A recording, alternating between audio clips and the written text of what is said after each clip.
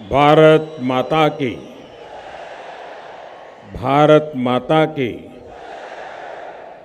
मंच पर विराजमान महाराष्ट्र के राज्यपाल श्रीमान विद्यासागर राव जी, यहाँ के ऊर्जावान और लोकप्रिय मुख्यमंत्री श्री देवेंद्र फडणवीस जी, केंद्रीय मंत्रिमंडल के मेरे सहयोगी श्रीमान नितिन गडकरी जी, संसद के मेरे तमाम साथी, महाराष्ट्र के मंत्री और विधायकगण और यहाँ भारी संख्या में आप पधारे हुए मेरे प्यारे भाई और बहनों,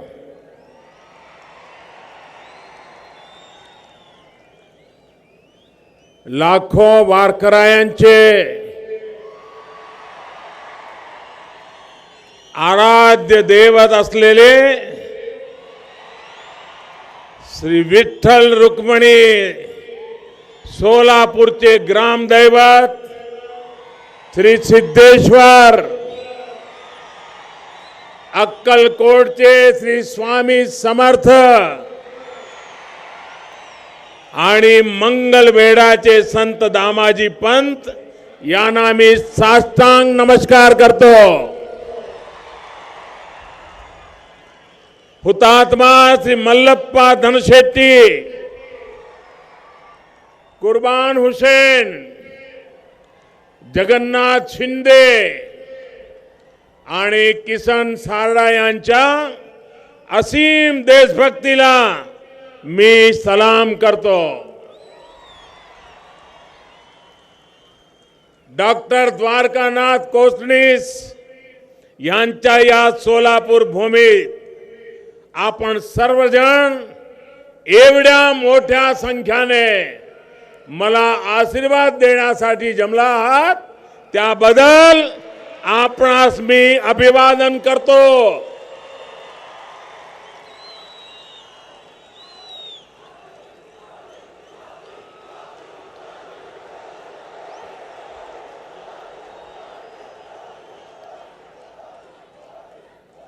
बहनों और भाइयों, हाल के वर्षों में मुझे तीसरी बार सोलापुर आने का अवसर मिला है। जब जब मैं आपसे आशीर्वाद मांगने आया हूं, आपने मुझे भरपूर स्नेह दिया है, आशीर्वाद की बहुत बड़ी ताकत दी है। मुझे याद है कि पिछली बार जब मैं यहां आया था तो मैंने कहा था कि यहां जो बीएसपी यानी बिजली, सड़क और पानी की समस्या है, उसको सुलझाने का पूरा प्रयास किया जाएगा।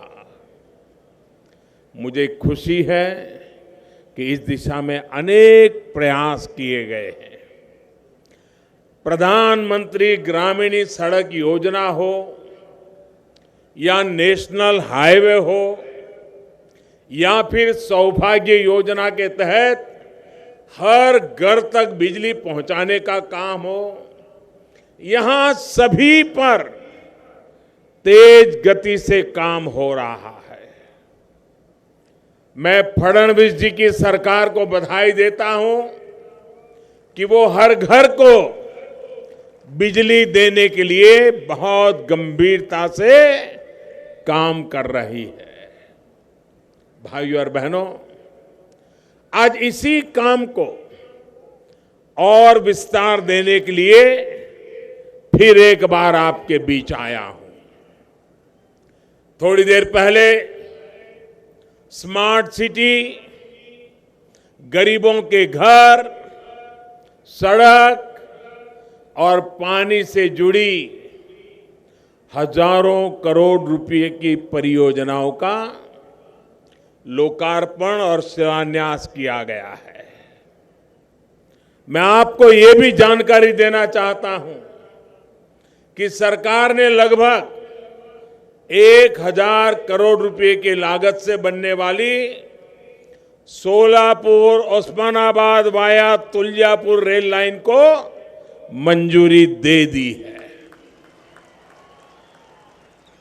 मां तुलजा भवानी के आशीर्वाद से जल्द ही ये लाइन बनकर के तैयार हो जाएगी, जिससे स्थानीय लोगों के साथ साथ देश भर से माता के दर्शन करने के लिए आने वाले श्रद्धालुओं को भी सुविधा होगी। इन तमाम परियोजनाओं के लिए मैं आप सबको बहुत बहुत शुभकामनाएं देता हूं, बहुत बहुत बधाई देता हूं। इन योजनाओं पर विस्तार पर बात करने से पहले आज मैं सोलापुर की इस धरती से पूरे देश को भी बधाई देना चाहता हूं। कल देर रात लोकसभा में एक ऐतिहासिक बिल पास हुआ। आपकी तालियों की आवाज से मुझे लग रहा है कि आप भी कल देर रात तक टीवी देखने के लिए बैठे थे।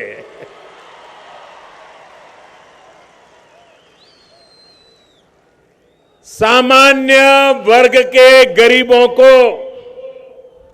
10% आरक्षण पर मोहर लगाकर सबका साथ सबका विकास के मंत्र को और मजबूत करने का काम किया गया है।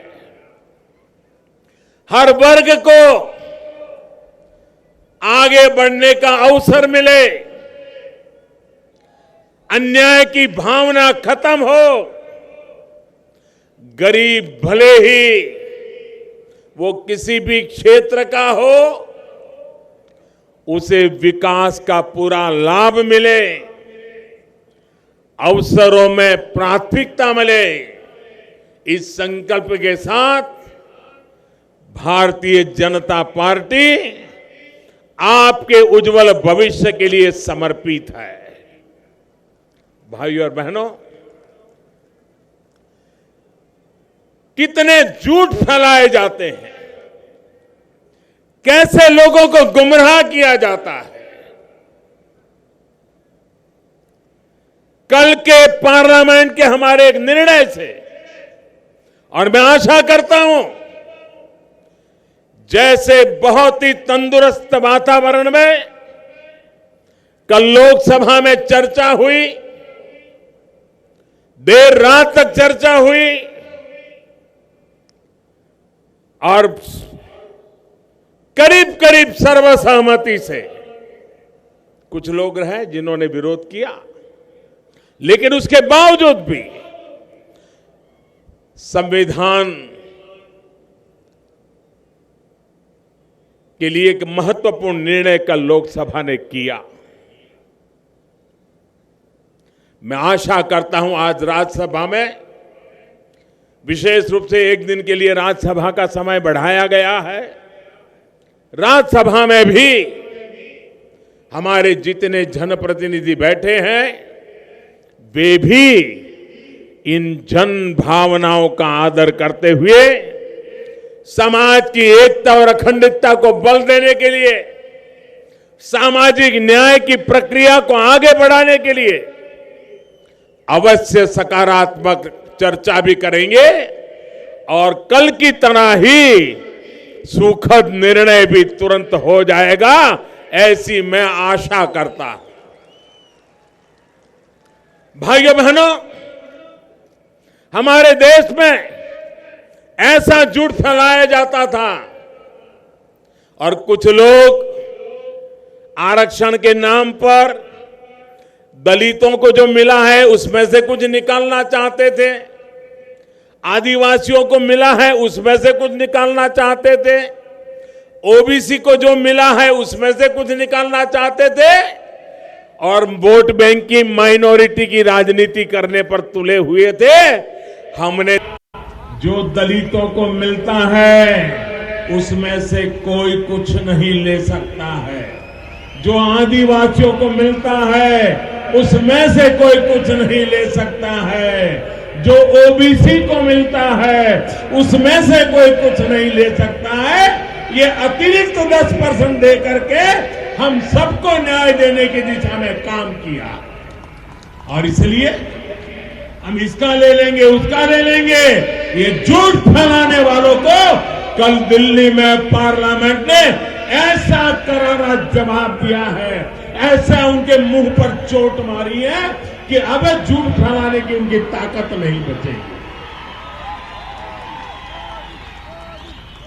भाई और बहनों, इसके अलावा एक और महत्वपूर्ण एक बिल भी कल लोकसभा में पास हुआ है।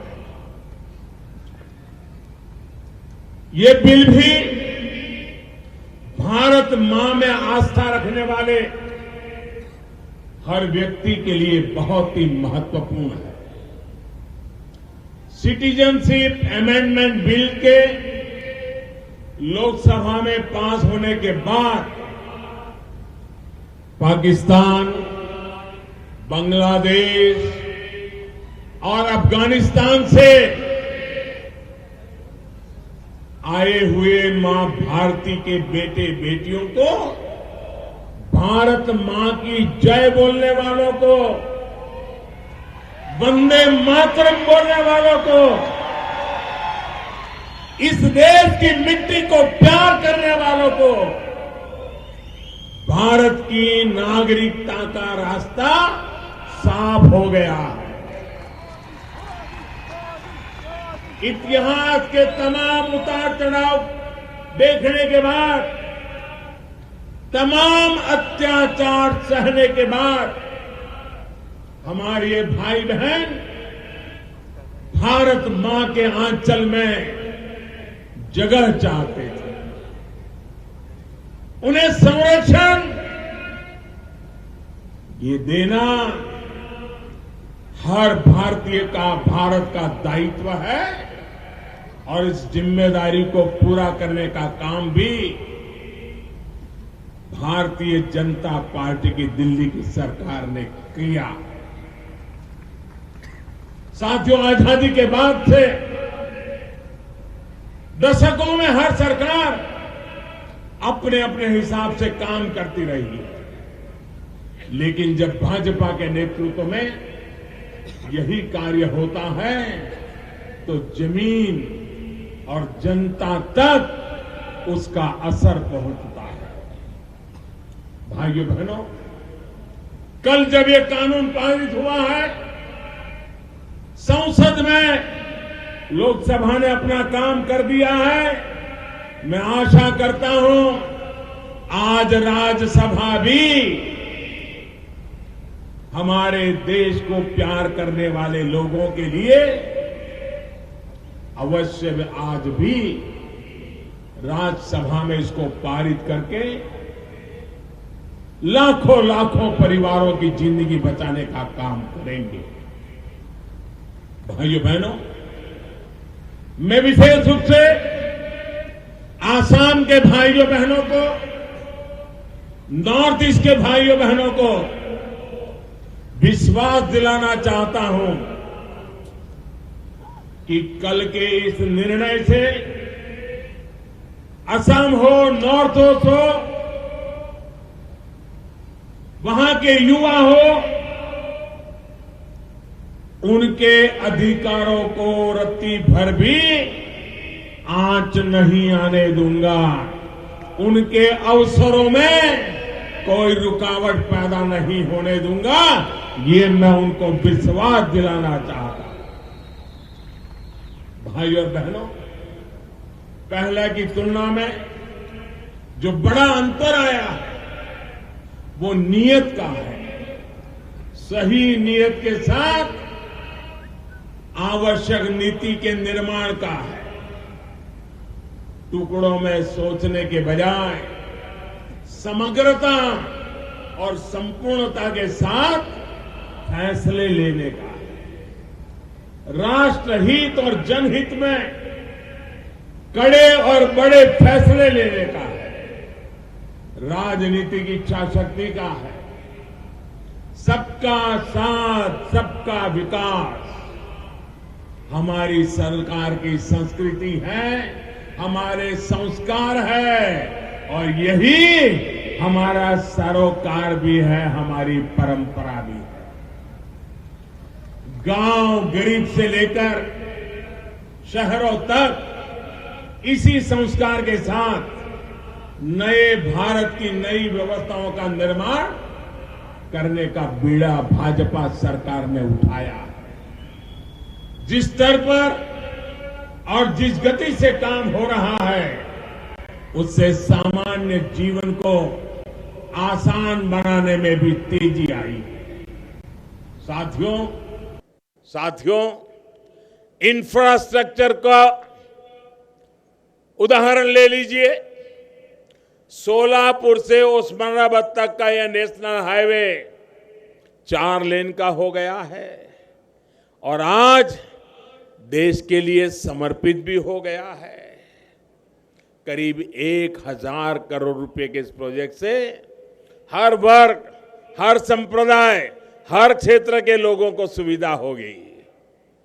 साथियों, आजादी के बाद से 2014 तक देश में 90,000 किलोमीटर करीब करीब नेशनल हाईवे थे और आज 4 साल के बाद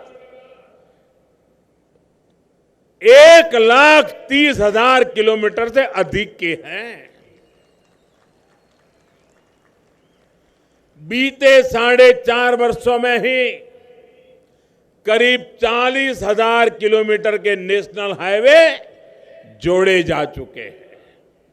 इतना ही नहीं, लगभग 5.5 लाख करोड़ की लागत से करीब 52,000 किलोमीटर नेशनल हाईवे पर काम चल रहा है। भाइयों और बहनों, नेशनल हाईवे के प्रोजेक्ट्स स्थानीय लोगों के लिए रोजगार के भी बहुत बड़े साधन है। देश में नेशनल हाईवे का नेटवर्क तैयार करने के लिए जो भारतमाला योजना चल रही है, उसके तहत ही रोजगार के अनेक नए अवसरों का निर्माण हो रहा है। और जब मैं सोलापुर में शिलान्यास के लिए आया था, तब भी मैंने कहा था कि जिसका शिलान्यास हम करते हैं, उसका उद्घाटन भी हम ही करते हैं। हम दिखावे के लिए काम नहीं करते। पत्थर रख दो, चुनाव निकाल दो, फिर तुम्हारे घर हमारे घर, ये राजनेताओं ने जो संस्कृति बनाई थी, इसको हमने पूरी तरह खत्म कर दिया है। और मैं आज भी बताता हूं, ये 30,000 परिवारों के लिए जो घर बन रहे हैं ना, आज शिलान्यास हुआ है, चाबी देने के लिए हम ही आएंगे।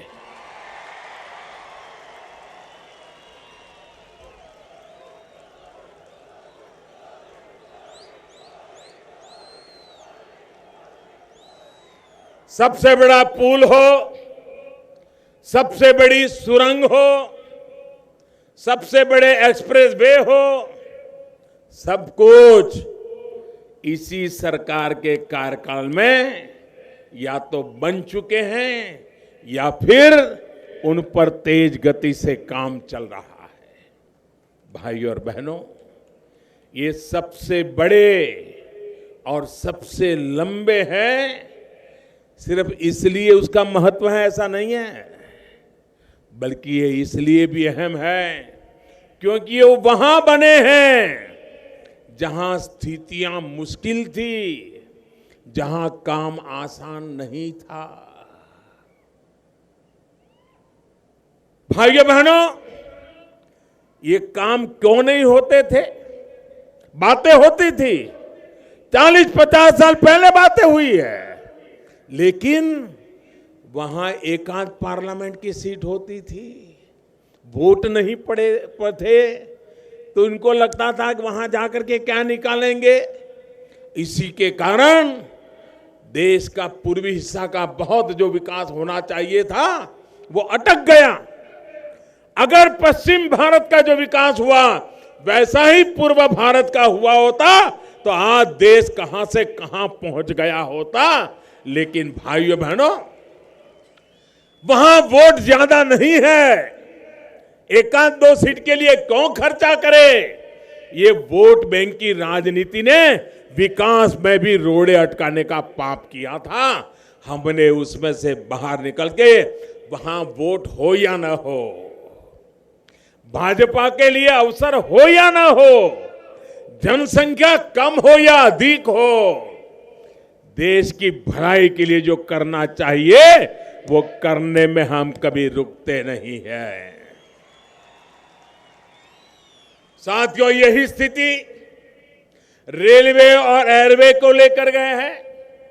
आज देश में रेलवे पर अभूतपूर्व काम हो रहा है।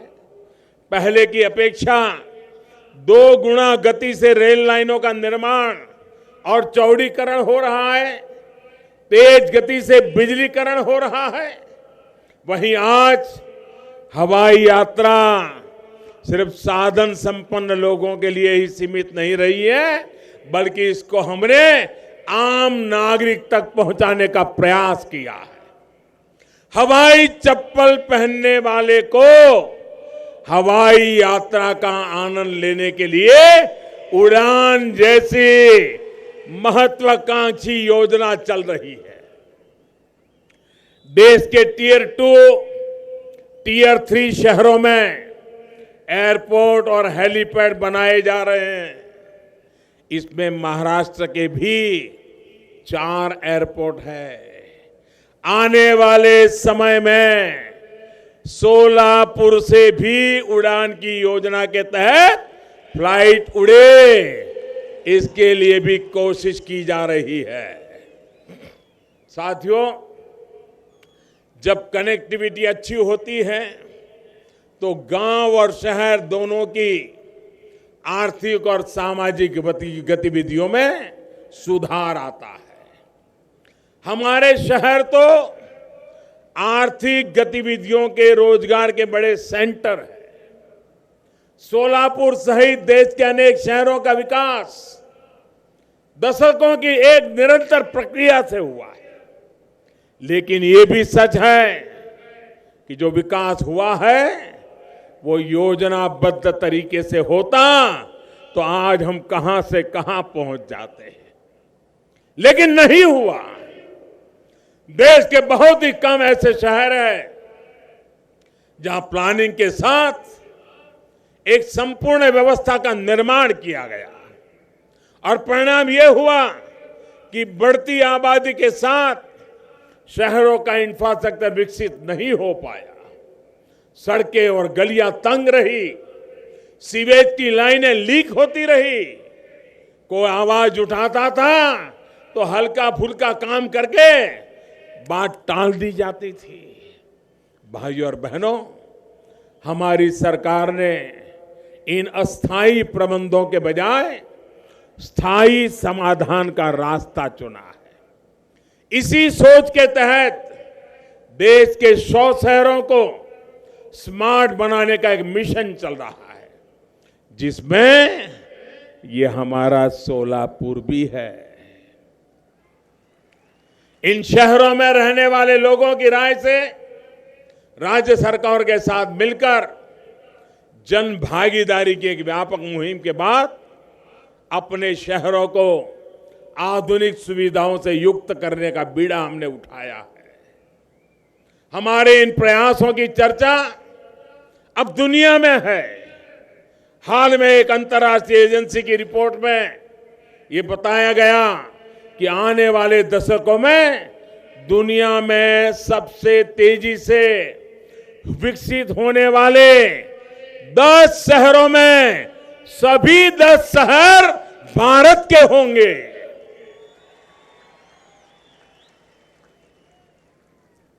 किसी भी भारतीय को एक गर्व की बात है। दुनिया के 10 शहर और 10 भारत कितना आगे बढ़ेगा इसका इसमें संकेत है। भाई और बहनों, ये दुनिया को दिख रहा है, लेकिन देश के कुछ लोग हैं जिनको सिवाय राजनीति के कुछ नहीं समझता। ये वो लोग हैं जिनकी पार्टी के शासन के दौरान हमारे शहरों की हालत बिगड़ती चली गई। आज यही लोग स्मार्ट सिटी मिशन का मजाक उड़ाने में कोई कसर नहीं छोड़ रहे हैं। साथियों, ये मिशन देश के इतिहास में शहरीकरण के विकास को नया आयाम देने का प्रयास है। शहर की हर सुविधा को इंटीग्रेटेड करने, एकीकृत करने की एक कोशिश है। शहर के सामान्य जनों के जीवन को परेशानियों से दूर करने का एक ईमानदार प्रयास है। बीते 3 वर्षों में इस मिशन के तहत देश में तकरीबन 2 लाख करोड़ रुपए के प्रोजेक्ट का खाका तैयार हो चुका है। इसमें से भी करीब 1 लाख करोड़ के प्रोजेक्ट पर काम तेजी से पूरा किया जा रहा है। इसी कड़ी में आज सोलापुर स्मार्ट सिटी से जुड़े अनेक प्रोजेक्ट का लोकार्पण और शिलान्यास यहां किया गया है। इसमें पानी और सीवेज से जुड़ी योजनाएं हैं। साथियों, स्मार्ट सिटी के अलावा देश के दूसरे शहरों और कस्बों में अमृत मिशन के तहत मूलभूत सुविधाओं का निर्माण हो रहा है। इसमें भी करीब करीब 60,000 करोड़ रुपए के प्रोजेक्ट पर काम प्रगति पर है। यहां सोलापुर में भी अमृत योजना के तहत पानी की सप्लाई और सीवेज से जुड़े अनेक प्रोजेक्ट का शिलान्यास किया गया है। जब ये कार्य पूरे हो जाएंगे तो शहर के अनेक क्षेत्रों में पानी की लीकेज की समस्या से मुक्ति मिलेगी। वहीं जो उजनी डैम से पीने का पानी का प्रोजेक्ट है, इसके बनने से शहर में पानी की समस्या भी काफी हद तक कम हो जाएगी। साथियों, इंफ्रास्ट्रक्चर के साथ साथ शहर के गरीब और बेघर व्यक्ति के लिए भी एक नई सोच के साथ हमारी सरकार काम कर रही है। देश का जन जन गंवा रहा है कि कैसे एक तरफ चमचमाती सोसाइटी बन गई और दूसरी तरफ झुग्गी झोपड़ी का विस्तार होता रहा है। हमारे यहां व्यवस्था ऐसी रही कि जो घर बनाते हैं, कारखाने चलाते हैं, उद्योगों को ऊर्जा देते हैं, वो झुग्गियों में रहने को मजबूर हो गए। इस स्थिति को बदलने का प्रयास अटल जी ने शुरू किया। शहरों के गरीबों के लिए घर बनाने का एक अभियान चलाया। इसके तहत साल 2000 में यहां सोलापुर में रहने वाले कामगारों को झुग्गी और गंदगी के जीवन से मुक्ति दिलाने का प्रयास हुआ। करीब करीब 10,000 कामगार परिवारों ने एक कोऑपरेटिव सोसाइटी बनाकर अटल जी की सरकार को प्रस्ताव भेजा और 5-6 वर्षों के भीतर उनको अच्छे और पक्के घरों की चाबी भी मिल गई। मुझे खुशी है 18 वर्ष पहले जो काम अटल जी ने किया था उसी को विस्तार देने का, आगे बढ़ाने का अवसर फिर एक बार हमारी सरकार को मिला है। आज गरीब कामगार परिवारों के 30,000 घरों के प्रोजेक्ट का शिलान्यास यहां हुआ है। इसके जो लाभार्थी हैं वो कारखानों में काम करते हैं, रिक्शा चलाते हैं, ऑटो चलाते हैं, रेहड़ी ठेले पर काम करते हैं। मैं आप सभी को विश्वास दिलाता हूं कि बहुत जल्द आपके हाथों में आपके अपने घर की चाबी होगी, ये मैं आपको विश्वास दिलाता हूं। भाइयों बहनों, ये विश्वास मैं आपको इसलिए दे पा रहा हूं कि बीते 4.5 वर्षों में प्रधानमंत्री आवास योजना शहरी, उसकी रफ्तार ने लाखों गरीब परिवारों के जीवन स्तर को ऊपर उठाया है। शहरों में पहले कैसे घर बनते थे और अब कैसे घर बन रहे हैं, पहले सरकार किस गति से काम करती थी, हम किस गति से काम कर रहे हैं, आज थोड़ा मैं इसका भी उदाहरण देना चाहता हूं। साथियों, 2004 से 2014 के 10 साल दिल्ली में रिमोट कंट्रोल वाली सरकार चलती थी। 2004 से 2014 10 सालों में शहरों में रहने वाले गरीब भाई बहनों के लिए सिर्फ 13 लाख घर बनाने का कागज पर फैसला हुआ, कागज पे। और इसमें से 13 लाख यानी कुछ नहीं है इतने बड़े देश में, फिर भी वो निर्णय कागज पे हुआ। काम कितनों का हुआ? इतने बड़े देश में सिर्फ 8 लाख घरों का काम हुआ।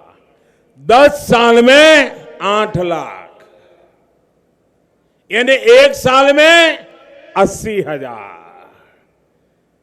इतने बड़े देश में 1 साल में 80,000। ये मोदी सरकार देखिए, अकेले सोलापुर में 30,000। जबकि भाजपा सरकार के दौरान बीते 4.5 वर्षों में उनके समय 13 लाख कागज पे तय हुआ था, हमने 70 लाख 70 शहरी गरीबों के घरों को स्वीकृति दी जा चुकी। और अब तक 10 साल में जो नहीं कर पाए, हमने 4 साल में 14 लाख घर बना करके तैयार हो चुके हैं। इतना ही नहीं, जिस तेजी से काम चल रहा है, बहुत ही निकट भविष्य में 37 लाख घरों का काम और पूरा होने वाला है। सोचिए, उनका 10 साल का रिकॉर्ड और हमारे 4.5 साल का रिकॉर्ड, कितना जमीन आसमान का अंतर है। अगर उनकी गति से हम चलते तो आपके बच्चों के बच्चों के बच्चों का भी घर बनता कि नहीं बनता हम कह नहीं सकते। ये फर्क ही दिखाता है कि उन्हें गरीबों की कितनी चिंता रही होगी, इससे पूरा अंदाज आता है। साथियों, हमारी सरकार शहर के गरीबों की नहीं बल्कि यहां के मध्यम वर्ग की भी चिंता कर रही है। इसके लिए भी पुराने तौर तरीकों में बड़ा बदलाव किया गया है। भाइयों बहनों, निम्न आय वर्ग के लोगों के साथ साथ 18 लाख रुपए सालाना तक कमाने वाले मध्यम वर्ग के परिवारों को हम योजना के तहत लाए हैं। इसके तहत लाभार्थी को 20 वर्ष तक होम लोन पर लगभग 6 लाख रुपए तक की बचत सुनिश्चित की गई है। 6 लाख की ये बचत मध्यम वर्ग का परिवार अपने बच्चों के लालन पालन और पढ़ाई लिखाई में इस्तेमाल कर सकता है। यही ईज ऑफ लिविंग, यही सबका साथ सबका विकास। भाइयों और बहनों, यहां पर आए कामगार साथियों को मैं ये भी बताना चाहता हूं कि आपके घर तो बन ही जाएंगे। इसके अलावा आप सभी के लिए बीमा और पेंशन की बेहतरीन योजनाएं सरकार चला रही है। अटल पेंशन योजना के तहत आप सभी को 1,000 से 5,000 रुपये तक की पेंशन का हक बहुत ही कम अंशदान पर दिया जा रहा है। इस योजना से देश के 1.25 करोड़ से अधिक कामगार जुड़ चुके हैं, जिसमें से 11 लाख कामगार हमारे इस महाराष्ट्र के ही हैं।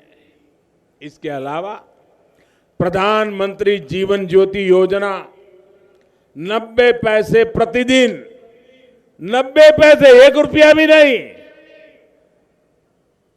चाय भी आज 1 रुपये में नहीं मिलती है, ये चाय वाले को पता रहता है। 90 पैसे प्रतिदिन और प्रधानमंत्री सुरक्षा बीमा योजना प्रति महीना 1 रुपया, यानी एक दिन का सिर्फ 3-4 पैसा। 1 रुपया प्रति महीने के प्रीमियम पर ये बहुत बड़ी 2 योजनाएं चल रही हैं। इन दोनों योजनाओं से 2-2 लाख रुपए का बीमा गरीब के लिए सुनिश्चित हो जाता है। इन योजनाओं से देश में 21 करोड़ लोग जुड़ चुके हैं, जिसमें 1.25 करोड़ से ज्यादा हमारे महाराष्ट्र के गरीब हैं। इन योजनाओं की वजह से संकट के समय 3,000 लाभ लोगों को मिल चुका है।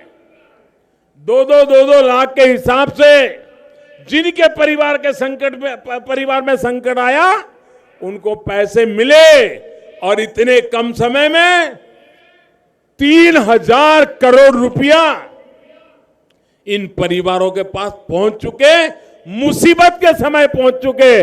अगर मोदी ने 3,000 करोड़ की बड़ी धमाकेदार घोषणा की होती तो हिंदुस्तान के सभी अखबारों में हेडलाइन होती कि मोदी ने गरीबों के लिए 3,000 करोड़ दे दिया।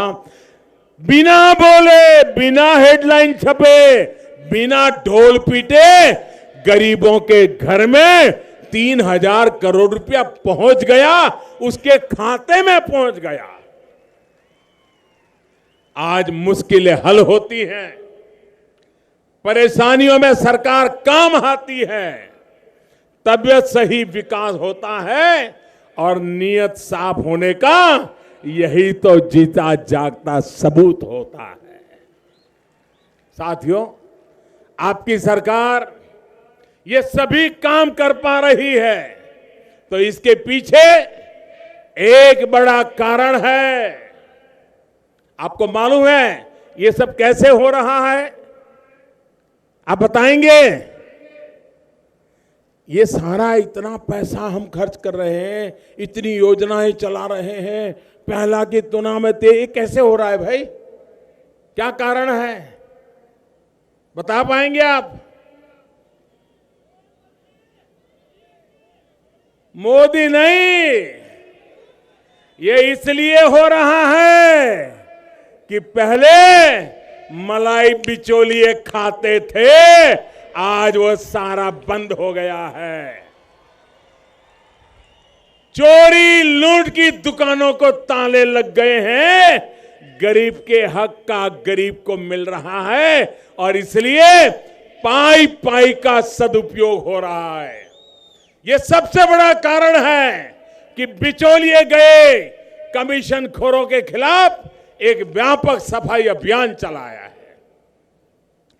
जब मैं शहर की सफाई की बात करता हूं, गांव की सफाई की बात करता हूं, तो मैंने सरकार में भी सफाई चलाई है। दिल्ली में सत्ता के गलियारे से लेकर किसानों की मंडी और राशन की दुकानों तक बिचौलियों को हटाने की मुहिम ये चौकीदार ने छेड़ के रखी है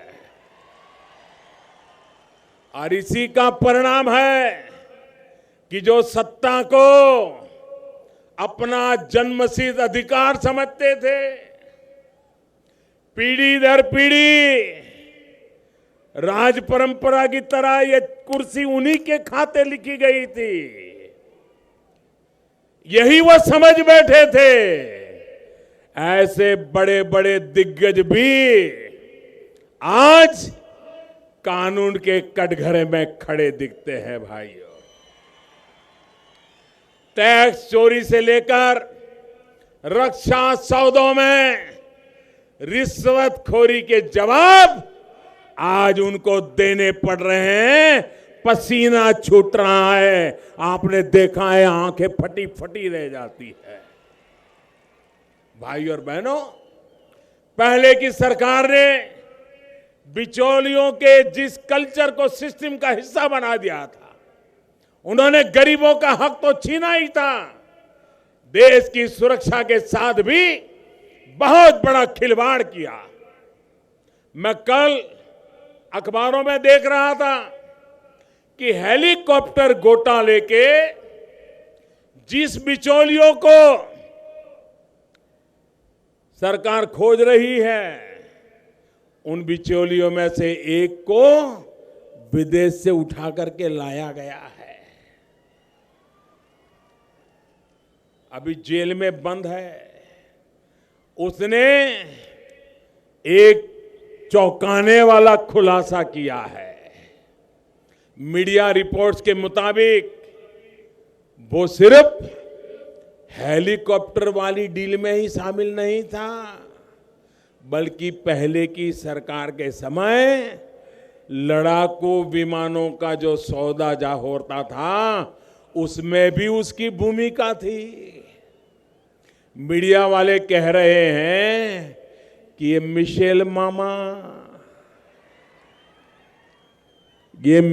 मामा किसी दूसरी कंपनी के विमानों के लिए लॉबिंग कर रहा था। अब इस सवाल का जवाब मिलना जरूरी है कि कांग्रेस के नेता जो शोर अभी कर रहे हैं, उसका मिशेल मामा से क्या कनेक्शन है, ये कांग्रेस को जवाब देना पड़ेगा कि नहीं देना पड़ेगा? देना चाहिए कि नहीं देना चाहिए? ये मिशेल मामा से किसका नाता था, बताना चाहिए कि नहीं बताना चाहिए? क्या बताइए, देश को लूटने देना चाहिए क्या? पाई पाई का हिसाब मांगना चाहिए कि नहीं मांगना चाहिए? चौकीदार ने अपना काम करना चाहिए कि नहीं करना चाहिए? चौकीदार ने जागना चाहिए कि सोना चाहिए? जागना चाहिए कि सोना चाहिए? चौकीदार हिम्मत के साथ आगे बढ़े कि ना बढ़े? चौकीदार को आपके आशीर्वाद है कि नहीं है? आपके आशीर्वाद है, इसलिए चौकीदार लड़ रहा है, बड़े बड़े दिग्गजों के साथ लड़ रहा है।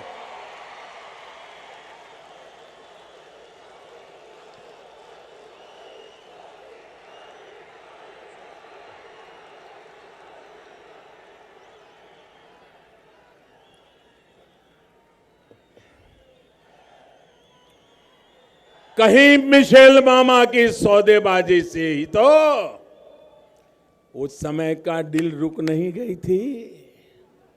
साथियों, इन तमाम सवालों का जवाब जांच एजेंसियों तो ढूंढ रही है, देश की जनता भी जवाब मांग रही है।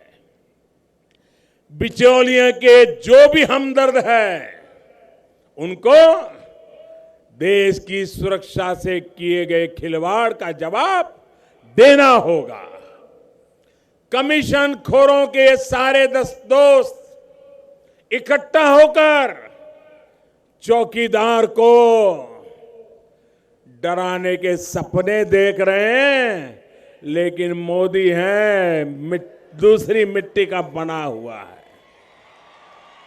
न उसे खरीद पाओगे, न उसे डरा पाओगे। इस देश के लिए वो पाई पाई का हिसाब लेके रहेगा। लेकिन मुझे पता है उनको बहुत निराशा हाथ लगने वाली है, क्योंकि ये चौकीदार न सोता है, और कितना ही अंधेरा क्यों न हो, वो अंधेरे को पार करके चोरों को पकड़ने की ताकत रखता है।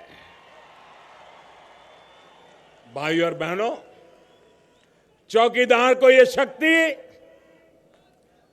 ये चौकीदार की शक्ति का कारण क्या है? मैं आपसे पूछता हूं, ये चौकीदार की शक्ति का कारण क्या है? वो कौन सी ताकत है? भाइयों बहनों, आपके आशीर्वाद यही चौकीदार की ताकत है। मैं आपको विश्वास दिलाता हूं, वो लोग लाख मुझे गाली दे, लगातार झूठ बोले, बार बार झूठ बोले, जहां चाहे वहां झूठ बोले, जोर जोर से झूठ बोले, लेकिन चौकीदार ये सफाई अभियान को बंद नहीं करेगा। न्यू इंडिया के लिए बिचौलिया, इससे मुक्त व्यवस्था का निर्माण होनी चाहिए। इसी विश्वास के साथ एक बार फिर तमाम विकास परियोजनाओं के लिए मैं आप सभी को बहुत बहुत बधाई देता हूं, अनेक अनेक शुभकामनाएं देता हूं। पुढील आठवड्यात मकर संक्रांत आहे। मला कल्पना आहे की या काळात सोलापूरमध्ये श्री सिद्धरामेश्वरांची फार मोठी गड्ड्याची यात्रा भरते। मकर संक्रांत आणि गड्डा यात्रा निमित्त आपण सर्वांना मनःपूर्वक शुभेच्छा।